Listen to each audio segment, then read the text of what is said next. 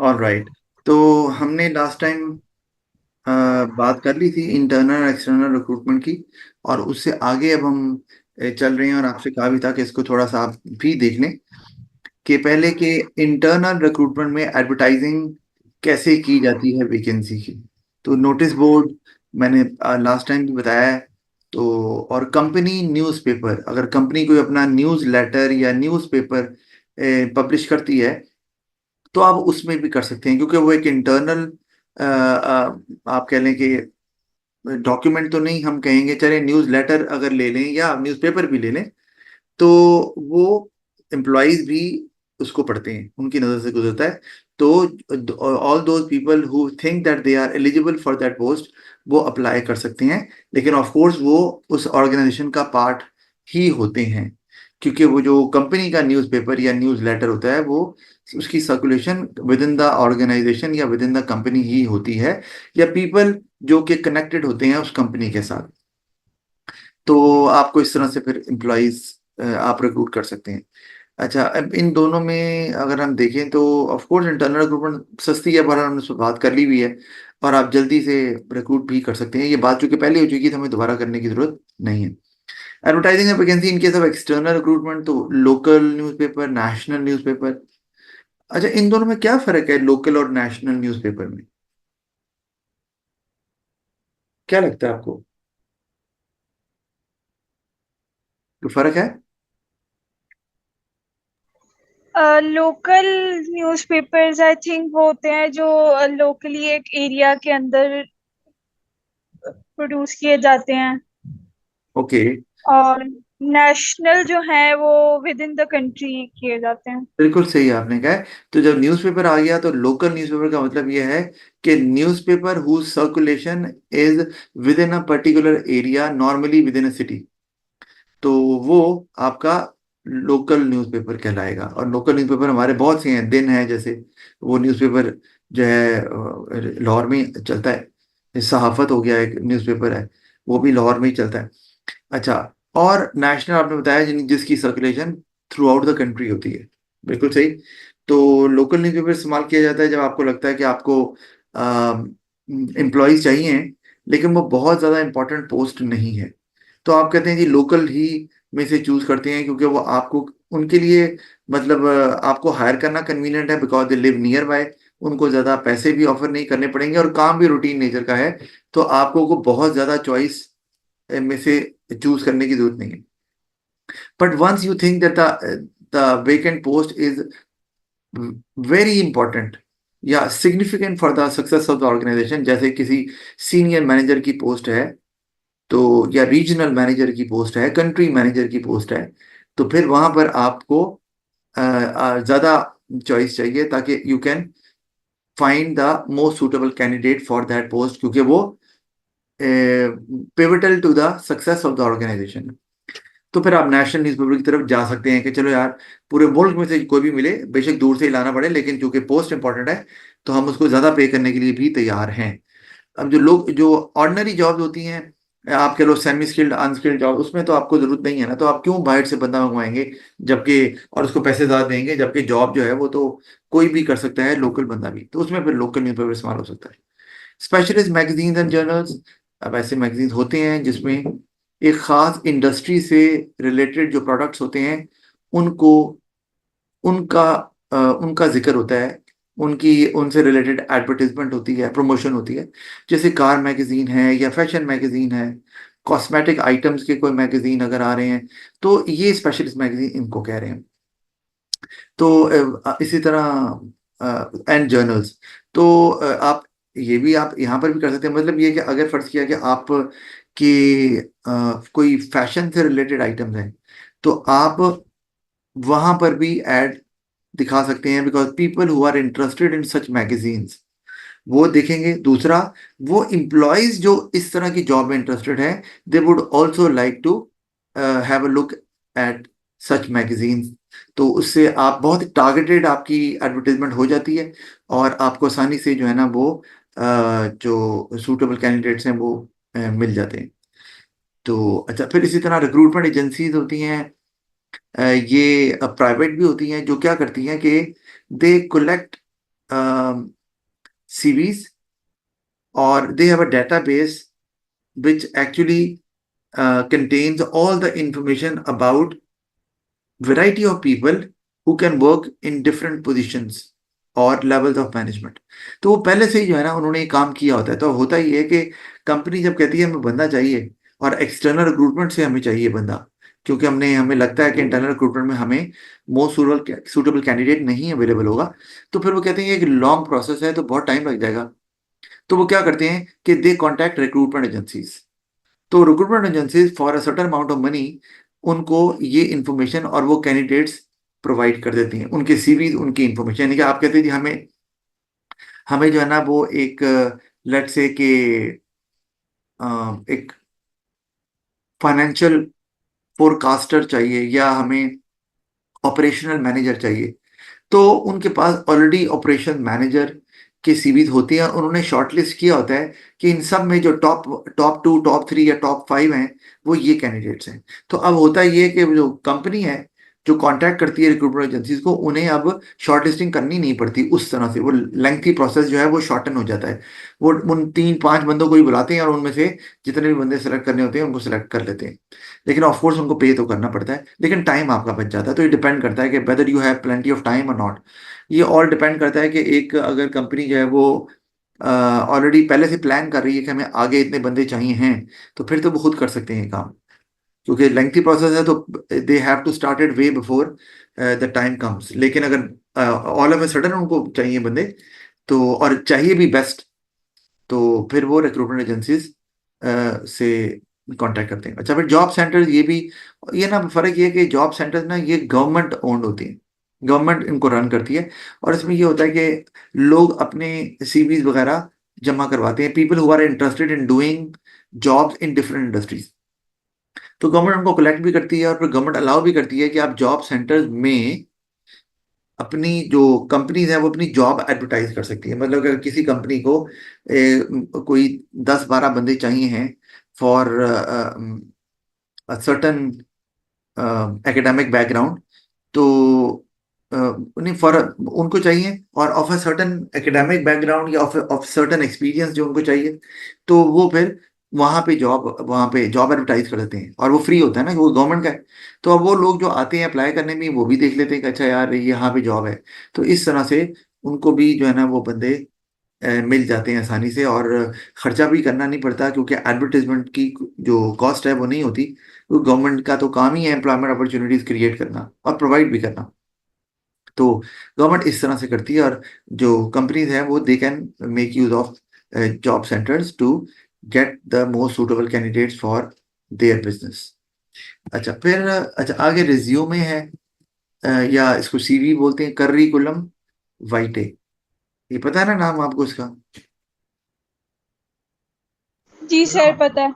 सुना हो नहीं इस तरह करके, इसके मैंने लिखा नहीं हुआ। तो ये कर्रिकुलम वाइटे ऐसे लिखते हैं, मतलब इसमें डिटेल होती है about the candidate who is applying for a post. अच्छा, अब इसमें जो इम्पोर्टेंट चीज़ है ना वो ये है कि वो आपसे पूछ सकते हैं कि बताएं कि अ, कोई सी दो चीज़ें या दो कंपोनेंट जो सीवी में आती हैं और उनकी इंपॉर्टेंस क्या है। जैसे मैं आपसे पूछता हूँ, ये नाम क्यों जरूरी होता है सीवी में? नाम का क्या करना, क्या कहते हैं नाम? नाम इसलिए इम्पोर्टेंट होता है कि जो पर्सन अप्लाई के जॉब के लिए आया है उसकी अगर बाद में कोई जरूरत उसकी हो या बैंक अकाउंट वगैरह के लिए नाम चाहिए हो तो फिर। ये भी बात आप सही है, लेकिन अगर सीवी है और आपने उस बंदे को कॉल करना है, बिकॉज अभी वैसे तो आप क्या कहते हैं लेटर भी भेज सकते हैं, लेकिन अब आजकल लेटर उतना इन नहीं रहा। तो आप जो है वो कॉल करते हैं डायरेक्ट बंदे को कि यू हैव बीन सिलेक्टेड, तो आपको आना है। लेकिन अब उसके लिए आपको नाम लेना जरूरी है, because you have to call that person by his और her name, because the other person would feel कहते हैं ना आप जी जनाब जवेरिया बात कर रही हैं, तो ऑब्वियसली आप एकदम अटेंशन जो है ना वो गेन कर लेती हो कि अच्छा यार ये मुझे जानते हैं, इसका मतलब है तो मेरे कोई सीरियस बात कर रहे हैं। तो अगर कोई कहे आपको ही कौन बात कर रहे हैं, तो उसका मतलब है कि आप उतने फोकस नहीं है। तो कंपनी जब नाम लेती है तो इसका मतलब है कि company is serious in hiring that employee. और आपको नाम जरूरी इसलिए कि आपको पता हो कि हमने इस कैंडिडेट को शॉर्टलिस्ट किया है।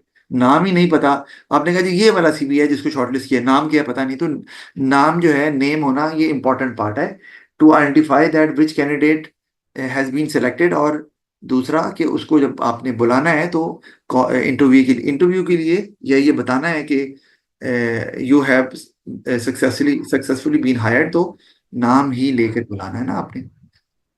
तो अच्छा, फिर एड्रेस, ऑफ कोर्स एड्रेस तो जरूरी है आपको देखना होता है। Sometimes you want people who can come at a short notice, मतलब who can arrive at the workplace at a short notice.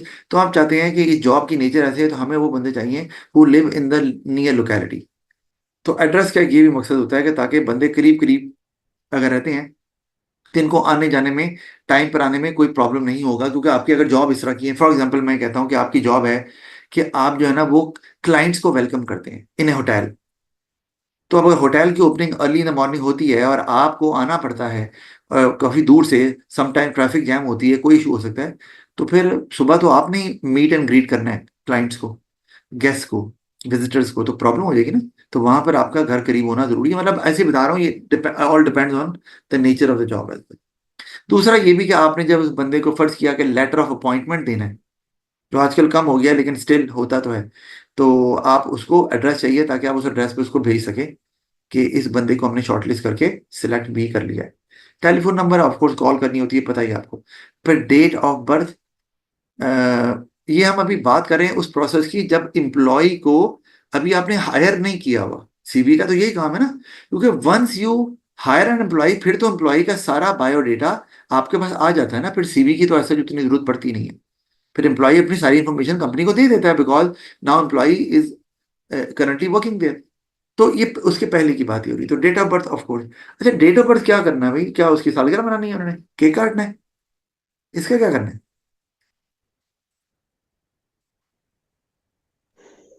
Date of birth से हमें एज का पता लगता है कि किस एज का बंदा हम हायर करने लगे हैं। जी, वेरी गुड, क्योंकि some jobs require young and energetic people, and that job demands that people should not be above 40 years old, या हाँ 40 चले कर लेंगे, क्योंकि 40 के बाद of course gradually you do not have that agility, power and energy. तो अगर आपका फिजिकल वर्क है and you have to travel long distances, you have to walk around the whole day, तो वो आपके लिए मुश्किल हो जाएगा। या you have to pick heavy loads from one place to another, तो वो आपके लिए उस 40 साल से ज्यादा के बंदे के लिए फिर मुश्किल हो जाएगा, उतनी एफिशिएंसी नहीं रहेगी। वेरी गुड, ये ऐसे ही है। अच्छा, और फिर ये भी कि समटाइम्स हम जॉब्स जो है ना, मैंने जैसे पहले बताया, प्लीजिंग पर्सनैलिटीज, तो उसके लिए यंग लोग जो अच्छे दिखें वो भी इंपॉर्टेंट होता है। जैसे कि अगर रिसेप्शन पे कोई नॉर्मली फीमेल है तो तैयार श्यार होकर खड़ी है ताकि गेस्ट को वेलकम करे। मैंने आपको स्कूल की भी एग्जांपल दी, बच्चों के लिए यंग जो है ना वो फीमेल्स को रखा जाता है इसीलिए ताकि जो बच्चे हैं वो फेमिलियर महसूस करें, और वो अब अगर डे वन से भी आते हैं तो उनको दे हैव नो इशू, तो ट्रबलसम ना हो उनके लिए हैंडल करना बच्चों को। अच्छा, करियर ऑब्जेक्टिव ऑफ कोर्स ये इंपॉर्टेंट है, क्योंकि अगर आपने सीवी में लिखा हुआ करियर ऑब्जेक्टिव मेरा है कि मैं किसी बैंक में एक अच्छी पोजीशन पे काम करूं, ठीक है, और बैंकिंग को परसू करना चाह रहा हूं as a career for example, तो करियर ऑब्जेक्टिव में आपने अप्लाई कर दिया है एक टेक्सटाइल फर्म में, तो प्रॉब्लम हो गई ना। वो फौरन देख रहे हैं यार इसका ऑब्जेक्टिव तो है बैंकिंग में, अप्लाई कर रहा है हमारी कंपनी में which is a textile company, तो इसका मतलब है कि ये ऐसे ही बस करना चाह रहा है, इसको जॉब नहीं मिल रही थी, इसने कहा चलो यहाँ कर लें। इसका मतलब है कि he is not not going to stay in an organisation for longer time period. As soon as the person gets an opportunity in a banking sector, वो शिफ्ट कर जाएगा। तो हमें तो चाहिए भाई लॉन्ग टर्म स्टैंडिंग, हमें तो चाहिए वो बंदे who can work with the company for long time. तो फिर आपको ये इसलिए भी जरूरी है करियर ऑब्जेक्टिव। तो मैंने जब मैं अपने सीवी जब देता हूँ ना स्कूल्स में अगर, तो मैंने वहाँ करियर में क्या लिखा हुआ है, मैंने लिखा हुआ है एजुकेशनल इंस्टीट्यूशन की बात की हुई है, ठीक है, क्या I pursue my career in educational institution, और आगे भी बातें लिखी हैं, बल वो जरूरत नहीं है। तो उससे ही होता है कि स्कूल में जब सीवी जाता है तो उन्हें पता चलता है कि he is a professional teacher and his main focus is to pursue this career further, तो वो आपका फोकस पता चल जाता है उनको, हाउ सीरियस यू आर। अच्छा, फिर once you get a job, अच्छा एजुकेशन, ऑफ कोर्स जॉब की डिमांड है, उसके हिसाब से आपको देखना है, कुछ जॉब में एजुकेशन ज़्यादा चाहिए होती है, कुछ में कम चाहिए होती है, तो उस हिसाब से आपको ये भी मैटर करता है। आप ओए लेवल को ले लो, तो एटलीस्ट मास्टर तो किया हो ना, आपने मास्टर किया नहीं हुआ और आप पढ़ा रहे हैं बिजनेस या इकोनॉमिक्स, तो आप कितना के अच्छा पढ़ा लेंगे, because you do not have the required knowledge to teach students well.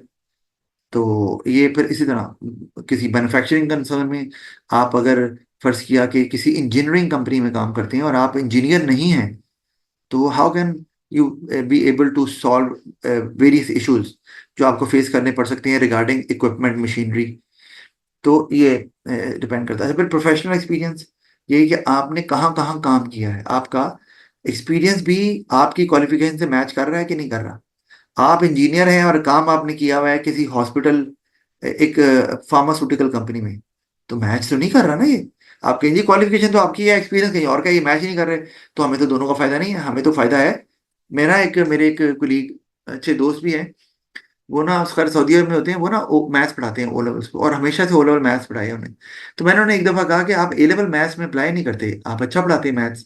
तो उन्होंने कहा यार मसला ये है कि मैंने मास्टर्स फिजिक्स में किया हुआ है, पढ़ाता मैं मैथ्स हूँ, तो इसका मतलब मेरा प्रोफेशनल एक्सपीरियंस सारे का सारा मैथ्स में है। तो मैं अगर अप्लाई करूंगा ए लेवल मैथ्स के लिए, चलो ओ लेवल तक तो चल जाता है, ए लेवल में वो कहेंगे जी आपने तो फिजिक्स पढ़ाई हुई है, अब मास्टर फिजिक्स में किया हुआ है, तो ए लेवल की मैथ्स कैसे पढ़ाएंगे, तो कॉम्पिटेंसी पे क्वेश्चन मार्क लग जाएगा। तो ये इसलिए आपको देखना होता है कि एक्सपीरियंस एंड एजुकेशन ये मैच करने चाहिए। फिर communication skill, there are certain jobs which actually demand proficient communication skills, कि आपको कस्टमर से बात करनी है, तो उसके लिए you need to be very polite, humble, and you must know the language which the other party can understand. वो चाहे फर्ज किया कि आपका हॉलिडे रिजॉर्ट का बिजनेस है, टूरिस्ट आते हैं from different areas, cities, countries, तो you must be able to attend them, and you must be able to speak different languages so that you can make them convenient, क्योंकि हर कोई अपनी native language में ज़्यादा convenient हो जाता है, comfortable feel करता है और अपनी डिमांड को अच्छे से बता पाता है, तो ये ज़रूरी है। अच्छा, अब जैसे कि टीचिंग में कम्युनिकेशन स्किल्स कितनी इंपॉर्टेंट है आप इमेजिन कर सकते हो, ठीक है। इस तरह आप कॉल सेंटर में काम करते हो तो कम्युनिकेशन स्किल्स कितनी इंपॉर्टेंट है यू नो बेटर, तो उसके बगैर तो चारा ही नहीं है ना। अच्छा, आप फर्ज किया मैनेजर हैं and you have to lead the team of hundreds of employees, तो अगेन आपको इसका मतलब है frequently you have to call a meeting, और वहां आपको एड्रेस करना होता है विद हंड्रेड्स ऑफ एम्प्लॉइज, तो उसके लिए communication skills you can imagine कि कितनी इंपॉर्टेंट है। लेकिन सब जगह इंपॉर्टेंट नहीं होती। फर्ज किया आप एक आईटी एक्सपर्ट हैं, तो यहाँ पर आपकी कम्युनिकेशन स्किल्स इतनी जरूरी नहीं है, क्योंकि आपको सिर्फ आईटी बैक एंड पे काम करना है ना। जैसे मैं एग्जांपल देता हूँ, आप एक क्या कहते हैं सॉफ्टवेयर इंजीनियर है। अब सॉफ्टवेयर इंजीनियर ने क्लाइंट से इतना मिलना नहीं होता, उनको ऑर्डर आता है कि ये सॉफ्टवेयर बनाना है, और वो फिर बनाते हैं, तो they work at the back and, तो वहाँ शायद कम्युनिकेशन स्किल्स की उतनी रिक्वायरमेंट नहीं है। हाँ, वहाँ पर जो आपकी नॉलेज है और एक्सपीरियंस है वो मैटर कर रहा है, लेकिन आपकी पब्लिक डीलिंग नहीं है, तो फिर ऑफ कोर्स आपको कम्युनिकेशन स्किल्स भी उतनी रिक्वायर्ड नहीं होंगी। अच्छा, कंप्यूटर स्किल्स ऑफ कोर्स ये तो आजकल हर जगह ही जरूरत है, उसके बगैर तो गुजारा ही नहीं है। पहले तो होता था वर्ड आपको आती हो, एक्सेल का पता हो, आप पावर पॉइंट जानते हो, लेकिन अब तो आपको वो जो ये जो हम जैसे सॉफ्टवेयर इस्तेमाल कर रहे हैं टू टीच ऑनलाइन क्लासेस, वो भी इम्पोर्टेंट हो गया है फॉर टीचर्स, उसके बगैर गुजारा नहीं है। और आगे आर्टिफिशियल इंटेलिजेंस आ रहा है, तो उसमें तो कंप्यूटर का लिंक होना ही होना है, और आगे जो है वो teachers must learn AI and how to use it in teaching effectively. तो ये फिर आगे आ जाएगा सिलसिला। फिर पर्सनल इंटरेस्ट आ गए। हाँ, ये इंपॉर्टेंट है, क्योंकि अगर पर्सनल इंटरेस्ट में आपने ये लिखा है, ये क्यों लिखने हैं, मतलब आपने लिखा है आपने लिखा है हॉबीज मेरी क्या है, watching movies, sleeping, and having, क्या कहना चाहिए, हैविंग पार्टी विद फ्रेंड्स, या डाइन आउट करते हैं आप फ्रीक्वेंटली।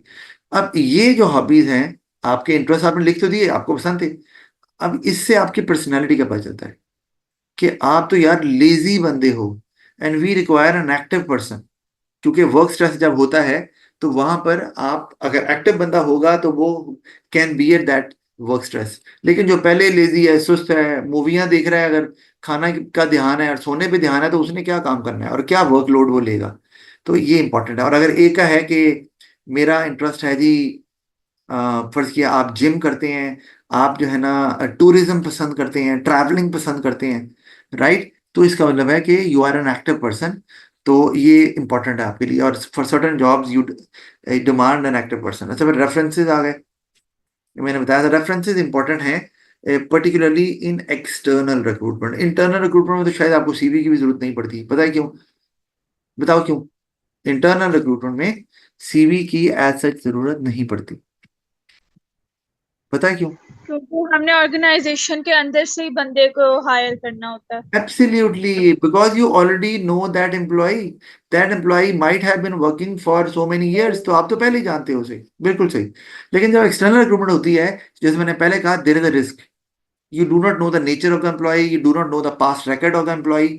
तो आपको नहीं पता whether you can trust that employee or not. And you may have to give an important post to an employee, क्योंकि उसका कैलिबर तो है, एक्सपीरियंस है, लेकिन आपको ये नहीं पता कि how reliable that person is. तो फिर आप रेफरेंसेस मांगते हैं कि आपने जहां जहां काम किया है प्रीवियस एम्प्लॉयर्स के पास, उनके कॉन्टैक्ट नंबर, एड्रेस वगैरह दें, ताकि we can get to know about you, about yourself, कि आप कैसे हैं। तो ये भी जरूरी होता है। अच्छा जी, तो ये we are done with this. और आप पेपर में सवाल आए तो आप अब इन आइटम को आसानी से इस्तेमाल भी कर सकते हैं। अच्छा, ये भी इंपॉर्टेंट सवाल पास पेपर में आया हुआ है, तो मैंने इसको भी ऐड कर दिया है नोट्स के अंदर। Methods of selection. अच्छा, अब इसका मतलब क्या है? मतलब ये कि आपने आपने देखा एक पोस्ट वेकेंट है। अच्छा, मुझे पहले ये बताओ, मैंने बात की थी पहले ये, अगर एक पोस्ट वेकेंट है तो इसकी क्या वजूहात हो सकती हैं? Can you give me an idea? एक पोस्ट वेकेंट है and you require somebody to fill that vacant post, तो रीजन क्या हो सकता है, क्यों वो वेकेंट पोस्ट है?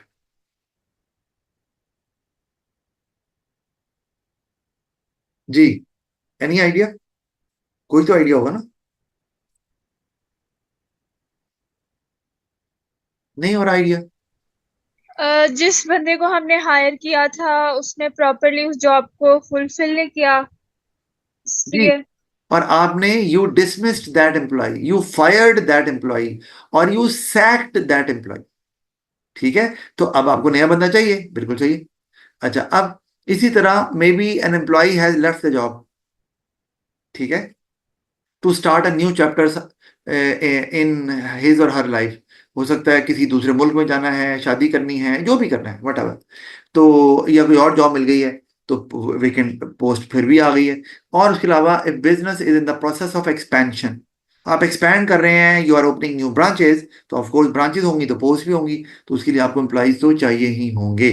और last but not the least वो ये है कि you have internally recruited an employee, यानी कि आपने एक एम्प्लॉय को प्रमोट कर दिया है टू अ हायर पोस्ट, तो निचले वाली पोस्ट खाली हो गई ना भाई। तो ये डिफरेंट रीजन हैं जिसपे पोस्ट वेकेंट हो सकती है। ओके, पोस्ट वेकेंट हो गई आपने अगर और अगर एक्सटर्नल रिक्रूटमेंट है तो आपने वो जॉब डिस्क्रिप्शन स्पेसिफिकेशन बनाई हुई है या बना ली। जॉब एनालिसिस करने के बाद आप डिस्क्रिप्शन बनाते हैं, फिर स्पेसिफिकेशन भी डिस्कस दैट एरिया। तो और उसके बाद आपने सीवी वो जॉब एडवर्टाइज कर दिया, या एडवर्टाइज नहीं किया तो फिर आपने जॉब को नोटिस बोर्ड पे पिन अप कर दिया, वो जो जॉब ओपनिंग थी, ताकि लोग देख लें। अच्छा, अब यहां तक तो समझ आती है। तो अब मेथड ऑफ सिलेक्शन मतलब, अब जब आपके पास सीवीज आएंगे या एम्प्लॉयज आपके पास आएंगे, तो सीवीज जब आएंगे तो अब आपने सिलेक्ट करना है एम्प्लॉय को। तो यहां सवाल है कि वो कौन से मेथड हैं जिसके बेसिस पर आप एम्प्लॉय को सिलेक्ट करते हैं। एक तो सिंपल सा मेथड है कि आप सीवी की बेस पर ही एम्प्लॉय को सिलेक्ट कर लें, ठीक है? सिर्फ सीवी की बेस पर, यार ये एम्प्लॉय एक्सपीरियंस वगैरह रख लो, ठीक है? जब आपके पास फर्ज किया टाइम नहीं है और आप रेफरेंस के साथ किसी एम्प्लॉय को कह देते हो कि किसी बंदे को कहते हो यार कोई अच्छा बंदा है तो बताना, सीवी भेज दो, सीवी देखिए और डायरेक्ट बंदे को बुला लिया, ठीक है? क्योंकि आपके पास टाइम नहीं है ना, लंबा प्रोसेस नहीं आप करना चाह रहे। लेकिन ये ऑफ कोर्स रिस्की तो है, आपको पता है, क्योंकि आपने उस बंदे को देखा नहीं है, आजमाया नहीं है, बात नहीं की, और डायरेक्ट आपने हायर कर लिया, ठीक है? बहरहाल ये this is one method of selection. अच्छा, फिर इंटरव्यूज आगे आते हैं। ये तरीका भी है कि आप बंदे को कॉल करके उससे बातचीत करें। और मैंने आपको बताया था कि वाई इंटरव्यूज क्यों जरूरी हैं, वो वैसे नीचे लिखा हुआ है, हम साथ ही नीचे भी देख ही लेते हैं अगर इंटरव्यू ऊपर आई गया है, कि ये आपके पास डिफरेंट रीजंस हमें नजर आ रहे हैं। ये इंटरव्यू क्यों कलेक्ट किया था, ऑफ कोर्स सिलेक्ट करने के लिए, लेकिन उसमें देखते क्या है? उसमें देखते हैं कम्युनिकेशन स्किल। आपको ने बताया था कि the most common question which is asked in an interview वो ये है, मैंने भी बहुत इंटरव्यू दिए हुए, अदर देन टीचिंग जॉब्स। तो कम्युनिकेशन स्किल्स वो हमेशा आपको एक जो मोस्ट आस्क क्वेश्चन है वो ये है कि टेल अस अबाउट योरसेल्फ। तो ये क्यों कहते हैं? They want to see how expressive the person is, whether the person has good communication skills और नॉट। और फिर कॉन्फिडेंस लेवल भी देखा जाता है बातचीत करके, लैंग्वेज देखी जाती है, टोन देखी जाती है, तो बॉडी लैंग्वेज देखनी होती है, ओवरऑल पर्सनैलिटी ओवर देखनी होती है, वो किस तरह क्या गेटअप लेकर आया है या आई है, कैसे बात कर रही है, ओवरऑल जो अटायर है वो किस तरह का है, प्रोफेशनल एटीट्यूड है कि नहीं है। और ये भी देखने के लिए कि जो सीवी में लिखा हुआ है क्या वाकई वो क्वालिफिकेशन एक्सपीरियंस है भी कि नहीं, है झूठ लिखा हुआ है। क्योंकि ऑफ कोर्स आप डॉक्यूमेंट तो मांग सकते हैं, लेकिन ऑफ कोर्स मैंने आपको बताया था कि इट्स अ लेंथी प्रोसेस। आप डॉक्यूमेंट मांगोगे, फिर देखोगे अच्छा ये डॉक्यूमेंट है, फिर आपको अच्छा पहले देख लें जाली तो नहीं है, कहीं बनवाया तो नहीं नकली, तो ये लंबा काम है ना। तो बेहतर है, आपके लिए आसान होता है कि आप बंदे को बुला लें, आपको पता चल जाएगा कि ये जैसे मैं एग्जांपल देता हूँ कि आप कभी डॉक्टर पे जाओ हॉस्पिटल, तो आप ये बताओ अंदाजे से, आप ना एक दफा एक पहले डॉक्टर पे किसी डॉक्टर पे जा रही फॉर द फर्स्ट टाइम, और आप वेट कर रहे हैं डॉक्टर साहब अभी नहीं आए। जैसे ही डॉक्टर साहब आते हैं, आपने देखा भी नहीं होता, लेकिन आपको पता नहीं चल जाता कि यही डॉक्टर साहब है।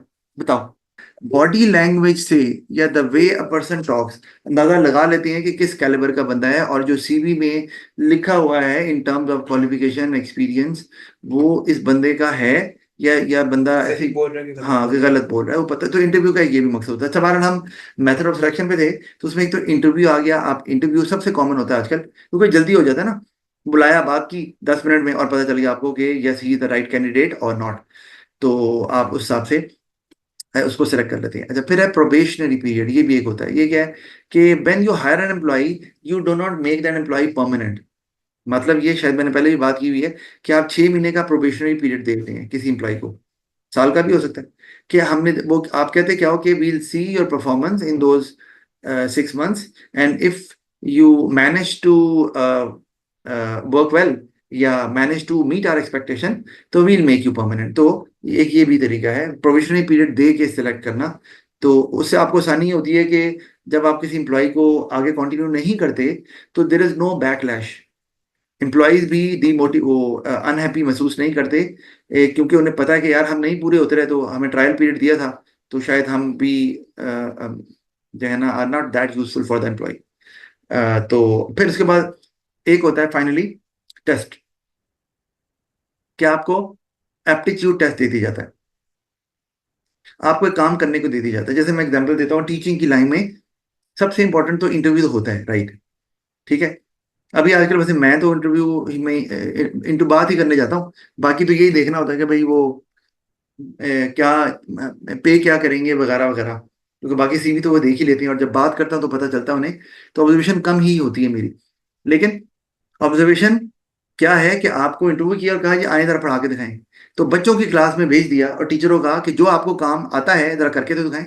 तो इसी तरह किसी इंप्लॉय को अगर कोई मशीन ऑपरेटर आप हायर कर रहे हैं, तो आप कह सकते हैं जी ये मशीन है, जरा ऑपरेट तो करके दिखाएं, राइट? तो इस तरह ये एप्टीट्यूड टेस्ट है, देखना कि क्या द रिक्वायर्ड जो बंदा आपको चाहिए, क्या ये उसकी एबिलिटीज को मैच कर रहा है कि नहीं कर रहा है। या फिर सर कोई पावर पॉइंट प्रेजेंटेशन या नहीं, कोई अगर आपने फर्ज किया आप मार्केटिंग पर्सन हैं और आपको वेरियस ओकेजन्स पे पावर पॉइंट प्रेजेंटेशन देनी होती हैं to the people who visit your place, तो आपको वो आप कहेंगे जरा प्रेजेंट तो करके दिखाएं हमें जरा आप। यस, बिल्कुल ऐसे ही। तो ये एप्टीट्यूड टेस्ट, इससे भी आप सिलेक्ट कर लेते हैं कि वो काम ही करवा के देख लें जिसके लिए आपने हायर करना है, पता चल जाएगा।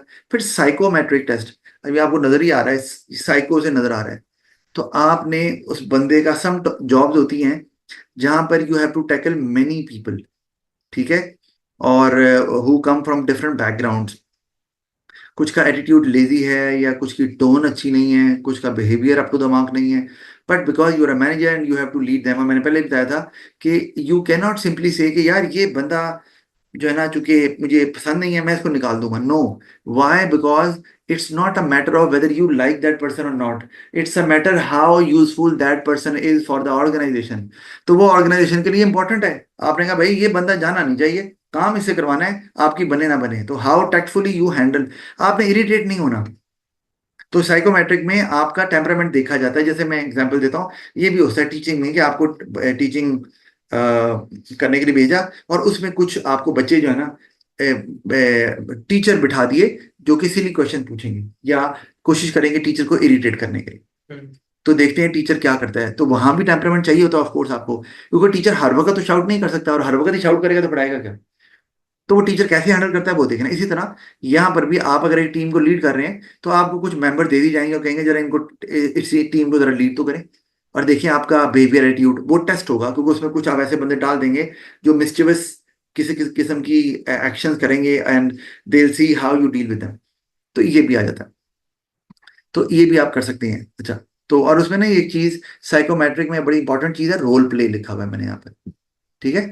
तो आपने एक सिचुएशन देकर, जो मैंने बताया इसको रोल प्ले बोलते हैं, एक सिचुएशन दे दी, ठीक है, जो कि रियल नहीं है, ठीक है, लेकिन वो काफी क्लोज है टू रियल लाइफ सिनेरियो या जिसमें आपने काम करना है, और वो रोल प्ले आपको देते हैं, ये है आप करके दिखाएं जरा। तो ये इस तरह से है, ठीक है। अच्छा, अब ये तो हो गया मेथड ऑफ सिलेक्शन।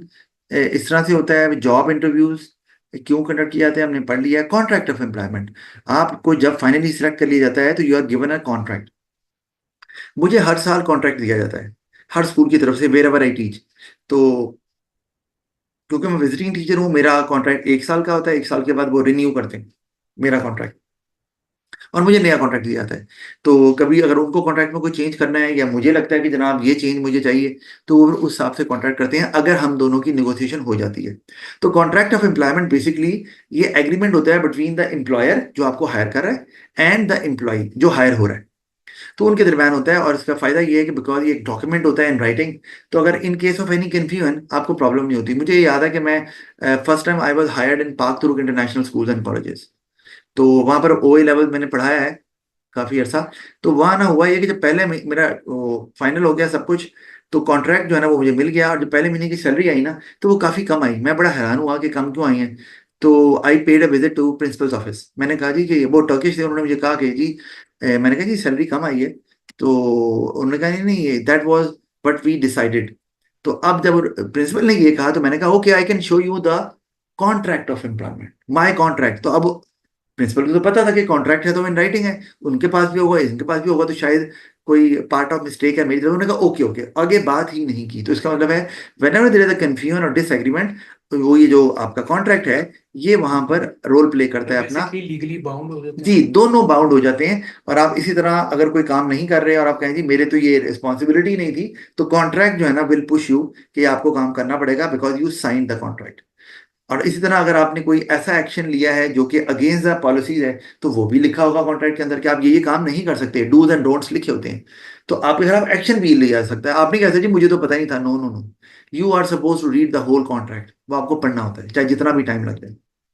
तो जो अच्छे एम्प्लॉय होते हैं वो जरूर पढ़ते हैं, मैं भी जैसे होता कॉन्ट्रैक्ट होता है तो मैं सारा पढ़ता हूँ कि क्या क्या क्लॉजेज लिखी हुई है इसमें।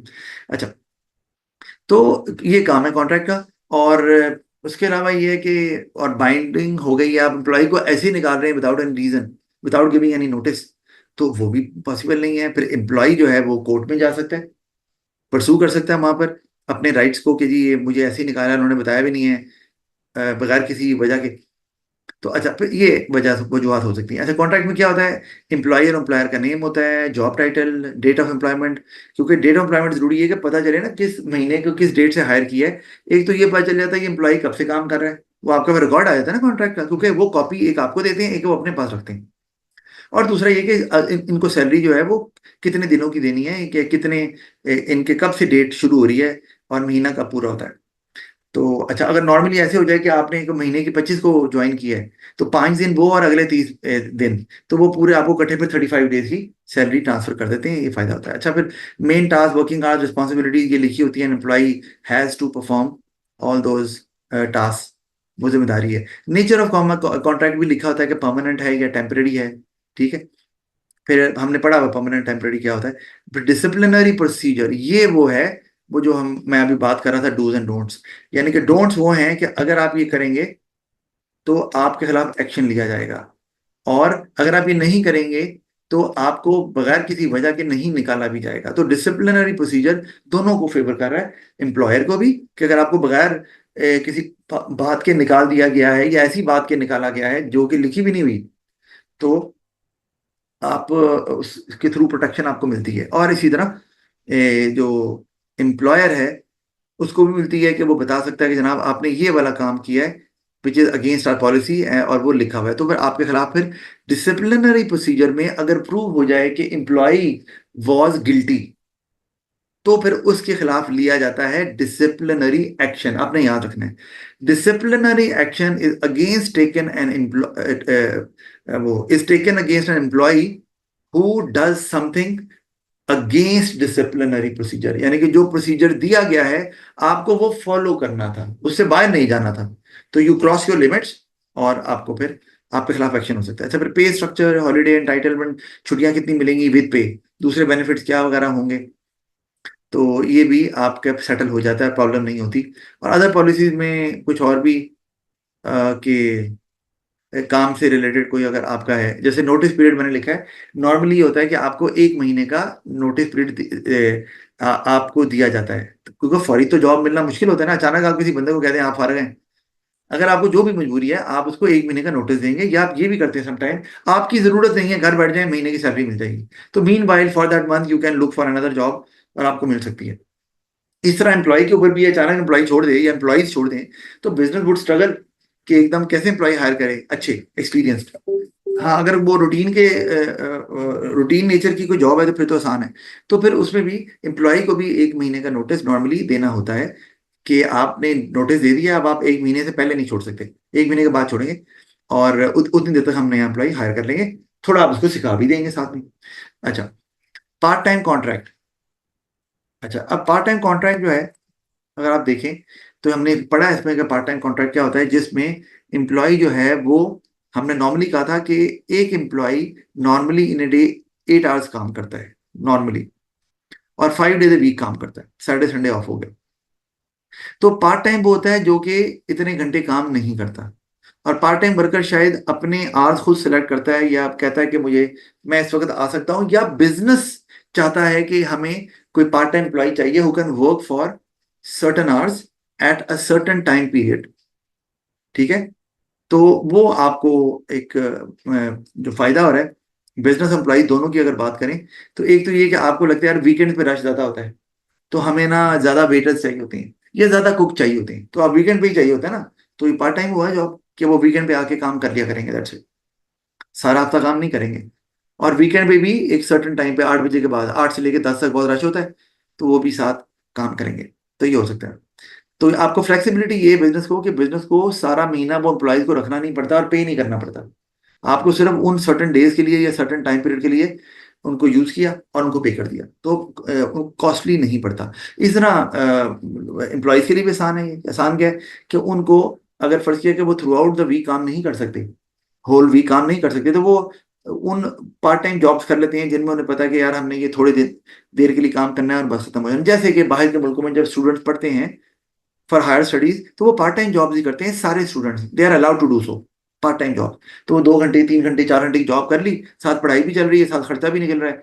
तो ये फ्लेक्सिबिलिटी एम्प्लॉयज को भी दी जाती है कि वो अपने दूसरे काम जो पर्सनल है, वो एजुकेशन हो सकती है, फैमिली हो सकती है, अपना और कोई इशू हो सकता है, उसको रिजॉल्व करने के लिए अपना टाइम बचा कर रखें, वरना तो फुल टाइम में तो आपको टाइम नहीं मिलने वाला sir other than extra the earning weekend. भी हो जाती है, एक्स्ट्रा अर्निंग भी हो जाती है। एक्स्ट्रा अर्निंग हो जाती है अगर आप फर्ज किया कि कोई और काम भी कर रहे हैं और आप पार्ट टाइम 2 3 4 ऑर्गेनाइजेशन में काम कर रहे लाइक हैं, इसी फील्ड में अगर काम कर रहे हैं और आपको थोड़े टाइम के लिए बुला आप 2 2 घंटे हर जगह जा रहे हैं फर्ज किया, तो आपको वो टाइम मिल रहा है अपने लिए, आप कोई भी एक जॉब कहेगी मैं नहीं आ सकता, ठीक है आपकी मर्जी है। अच्छा, क्योंकि अगर आप परमानेंट काम कर रहे हैं तो आपकी तो पूरी जॉब चली जाएगी, अगर आप इनकार करेंगे तो। आप 4 जगह डिफरेंट काम कर रहे हैं, एक जगह छोड़ दिया, ठीक है, पॉसिबल है। अच्छा, less expensive than a full time worker, ये तो मैंने बता दिया ना, लोअर पे एंड बेनिफिट्स वगैरह नहीं दिए जाते। बिजनेस, मैंने ब्रैकेट में जो आगे लिखा है ना बिजनेस, इसका मतलब ये दोनों, ये बिजनेस को फायदा दे रहा है, ऊपर वाला तो ये दोनों को दे रहा था, तो मैंने कुछ नहीं लिखा। अच्छा, फिर नीचे अगर हम आ जाए तो suitable for the job which require limited number of, हाँ वही, ऐसी जॉब जिसमें कम घंटे के लिए आपने काम करवाना है, होता ही कम घंटे का काम है, तो वहां पर पार्ट टाइम ही जॉब देंगे ना आप। होटल्स में कहाँ सारे दिनों का काम होता है, ठीक है, वहां ज्यादा रश रात को ही होता है, सीधी सी बात है, दिन को कहाँ होता है, तो वहां पार्ट टाइम ज्यादा चलते हैं, बहुत कम होते हैं जिन्हें परमानेंट रखा जाता है, तो ये बिजनेस को फायदा है। फिर स्टाफ ज्यादा एफिशिएंट होता है फुल टाइम के मुकाबले में, वो स्टाफ जो है ना उसकी एफिशिएंसी को चेक कर लेते हैं आप before giving a full time contract, कि यार ये बंदा वाकई इस काबिल है कि इसको फुल टाइम कॉन्ट्रैक्ट दिया जाए, क्योंकि फुल टाइम कॉन्ट्रैक्ट देने के बाद आप एक छोटे मोटे रीजन पे एम्प्लॉय को निकाल नहीं सकते, आपको वार्निंग देनी होती है, फर्स्ट वार्निंग, सेकंड वार्निंग, जो एक लीगल प्रोसीजर है, तो वो उसमें आपका नुकसान तो हो रहा है ना, तो इसलिए आपने कहा पहले टेस्ट कर लेते हैं पार्ट टाइम रखकर, फिर हम फुल टाइम करेंगे। तो ये भी एक तरीका है, बिजनेस को फायदा है। और स्टूडेंट्स जो है ना वो नॉर्मली इस तरह से पार्ट टाइम काम कर सकते हैं, मैंने पहले बताया हुआ। जो फुल टाइम नहीं कर सकते because they are studying as well. Two jobs, हाँ कुछ लोग दो जॉब्स कर लेते हैं इस तरह की, पार्ट टाइम 3 जॉब्स कर लेते हैं, उनको वैरायटी भी मिल जाती है, अर्निंग भी हो जाती है, और वो अपने लिए टाइम भी निकाल पाते हैं। डिसएडवांटेज में अगर हम देखें तो पार्ट टाइम में कम्युनिकेशन मुश्किल हो जाती है, क्योंकि पार्ट टाइम हर वक्त तो होते नहीं है। फर्ज किया मैनेजर कॉल्स अ मीटिंग, सारे एम्प्लॉय जमा हो गए, लेकिन वो जो पार्ट टाइम एम्प्लॉयज हैं अगर उनका टाइम नहीं है तो they won't be available there ना, वो कहीं और बिजी है। तो उनको आप कम्युनिकेट, फिर आपको फोन करना है, लगा से कुछ करना है, तो वो जी मीटिंग हुई है जी, हम मुझे तो नहीं पता, मैं तो मीटिंग में नहीं था जी। तो उनको दोबारा से बताना है, या उनको कन्वे अगर नहीं किया, मिस कर दिया है, तो प्रॉब्लम हो सकती है। तो ये इशू आ सकता है इसमें, ठीक है। तो वैसे तो आजकल व्हाट्सएप, जरा मैं और स्कूल में ना परमानेंट टीचर्स को बुलाया गया है, वो आ भी रहे हैं, मैं नहीं जा रहा, लेकिन एक ग्रुप जरूर बना हुआ व्हाट्सएप का। तो उसमें ये है कि मैसेजेस आते रहते हैं, तो जो विजिटिंग टीचर्स हैं वो भी देखते रहते हैं कि अच्छा क्या अपडेट चल रही है, क्या नहीं आ रही। तो उस लिहाज से थोड़ा किसी हद तक ये प्रॉब्लम जो है वो रिजॉल्व हो गई भी है। अच्छा, lack of coordination with other staff. हाँ, अब आप चूंकि कम टाइम के लिए आते हैं तो आपकी ज्यादा केमिस्ट्री नहीं बनती। मतलब मेरी, मैं स्कूल जितने में भी जाता हूँ, मेरी कोई ज्यादा दोस्ती नहीं है कुलीग से, क्योंकि मैं जाता ही थोड़ी देर के लिए पढ़ाया, निकल के घर आ गया। तो आप में अगर आप किसी टीम में आपको काम करना पड़ जाए तो टीम स्पिरिट नहीं होगी। टीम स्पिरिट होती है when you know each other या वन अनदर। तो उसमें फिर आप इकट्ठे एक दूसरे को सपोर्ट भी करना चाहते हैं। तो अगर कोई ऐसे बंदे जिससे आप अनफेमिलियर हैं तो आप उस तरह से जो है ना वो टीम स्पिरिट नहीं आती, और फिर आप unable to meet targets as well. फिर लैक ऑफ कमिटमेंट, क्योंकि एक बंदा एक से ज्यादा जगह पे काम कर रहा है तो वो जब चाहेगा छोड़ देगा, ठीक है ना। जब लगेगा ओवरबर्डन है, चलो छोड़े, तो बिजनेस को नुकसान है, टर्नओवर बढ़ गया, तो नए एम्प्लॉय रखने पड़ जाएंगे। फिर कुछ एम्प्लॉय अच्छा ट्रेनिंग लेना नहीं चाहते, ये ट्रेनिंग में जी हम नहीं आते, हमारे पास टाइम नहीं है, क्योंकि वो तो आते हैं सिर्फ अपने काम करने के लिए। उनको कहते हैं ट्रेनिंग लें, कहते जी हमारे पास टाइम नहीं है। तो उसका मतलब वो एम्प्लॉय तो उतना फिर स्किल्ड नहीं होगा। फिर नो जॉब सिक्योरिटी, ये एम्प्लॉय के लिए नुकसान है, कभी भी निकाल सकते हैं, क्योंकि कॉन्ट्रैक्ट में या पार्ट टाइम में ऐसे ही होता है। फिर lower earning employees, part time में लाइक होता है, कॉन्ट्रैक्ट होता है नहीं? कॉन्ट्रैक्ट होता है, पार्ट टाइम। पार्ट टाइम होता है, लेकिन उसके अंदर यही है कि आपको जब जरूरत है तो तब हम रखेंगे, ये कर लिए। तो अब अगर आपको नहीं जरूरत, आपने कहा जी अगले दिन आए जी, अब जरूरत नहीं है, यानी कि किसी वक्त भी कॉन्ट्रैक्ट को एंड किया जा सकता है। तो लिमिट कोई नहीं दी हुई उन्होंने, तो वो एक शॉकिंग हो सकता है एम्प्लॉयज के लिए भी। अर्निंग हो सकता है कम आपकी, क्योंकि आपको वो सारे बेनिफिट्स तो नहीं मिल रहे। सैलरी भी हो सकता है परमानेंट से कम हो। टेम्परेरी कॉन्ट्रैक्ट जिसका टाइम पीरियड ही कम होता है, मतलब फर्क क्या है, पार्ट टाइम के अंदर तो ये है ना कि आप आते हैं और साल पूरा काम कर रहे हैं, लेकिन 4 घंटे आके काम करते हैं। टेम्परेरी कॉन्ट्रैक्ट जो होता है जो साल का भी नहीं होता, आप साल के 4 महीने काम कर रहे हैं, चाहे कर फुल टाइम रहे हो, मतलब 8 घंटे काम कर रहे हैं लेकिन 4 महीने।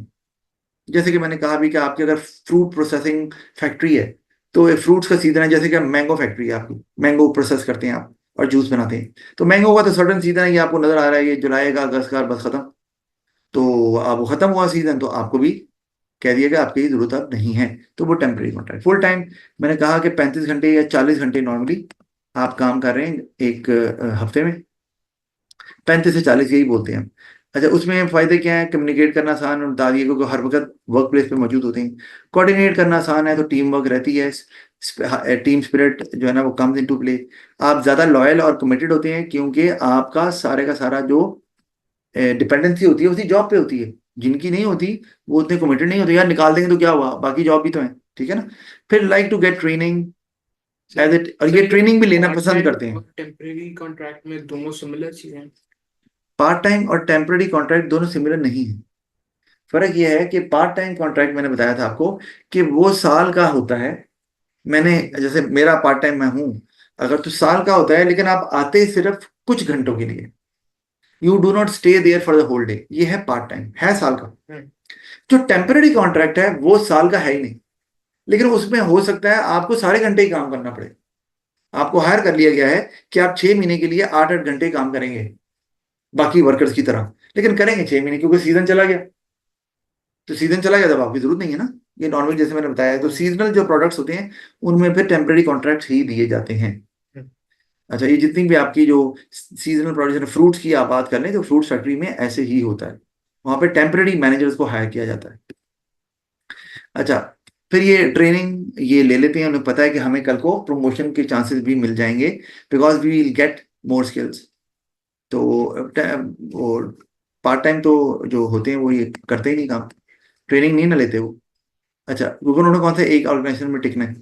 फिर रिड्यूसेस फ्लेक्सिबिलिटी हमें नजर आ रही है।